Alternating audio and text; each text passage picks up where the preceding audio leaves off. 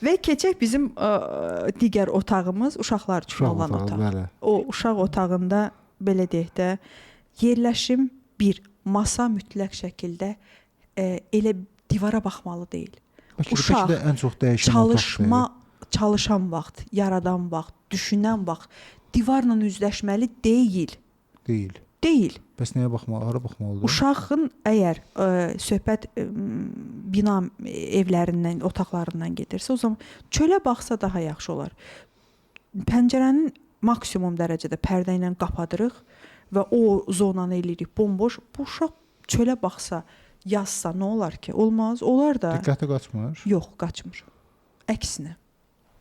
Yəni biz elə bil ki, məhdudiyyəti qoyuruq artıq uşağın beyninə ki, divara bax yaz, divara bax yarat, divara bax düşün.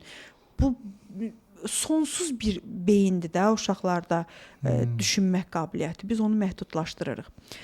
Bir də diqqəti yayınan uşaqlar var ki, o diqqəti yayınan uşaqlar üçün seçilmiş rəng tonları fərqli olmalıdır. Diqqət cəlb eləyən və ya yorucu olmayan rəng tonlarından istifadə olunmalıdır. Yenə də o axar var, uşaq durdu yuxudan, yatağından, paltarını giyindi. Bu ardıcıllığı uşağı incitmədən düzəltmək lazımdır. Qəşəng görüntü üçün deyil. Orada mütləq şəkildə funksionallıq uşaq otağında fikir verilməlidir. O mənim artıq o travmam vardı. Bir də onlara mütləq oyun zonası ayrılmalıdır. Oyun zonası ayrılmalıdır. Vüsələ xanım, həqiqətən bu məsələlər var. Mən indi görürəm ki, nə qədər çətindir bu proses, necə qədər çətin gedir. Mən bilirəm ki, dizaynerini seçmək bir başqa bir zövqü vardı. Onun o problemlərlə hansı ki sən qarşılaşa bilərsən, onu bir insanın üzərinə buraxsan, hansı ki özü məşğul olsun ondan. Çünki sən o detallara girmirsən. Əslində çox adam istəyər bu belə bir şey olsun, rahatçılıq olsun.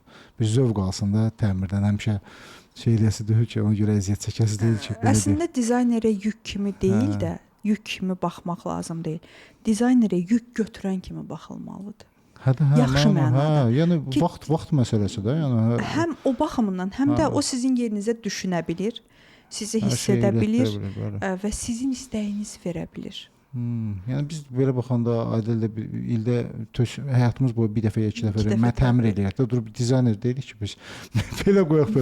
Hər dəfə də rəhləri eləyəndən sonra təmir eləyibsən, amma baxsan ki, rəhlər nəsə düz gəlmir. O düz gəlmədən bizim heç vaxt yadımdan çıxmaz. Bizdə bir restoran var idi, restoran layihəsi var idi. Deməli, divarları müxtəlif tonlardaydı. Biz bunu göndərmişik, gedib rəng düzəltdirib gətiriblər.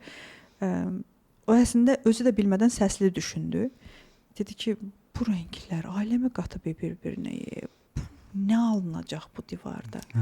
Sonra gəldi o üzr istədi. Bizdə o həmən o şəxs dedi ki, mən dedi heç bir vaxt bu rəngi yan-yana təsəvvür belə eləyə bilməzdim. Görürsünüz. Yəni dizaynerin o təsəvvür eləməyi var da. Təsəvvür etməyi, bəli. Möhtəşəm.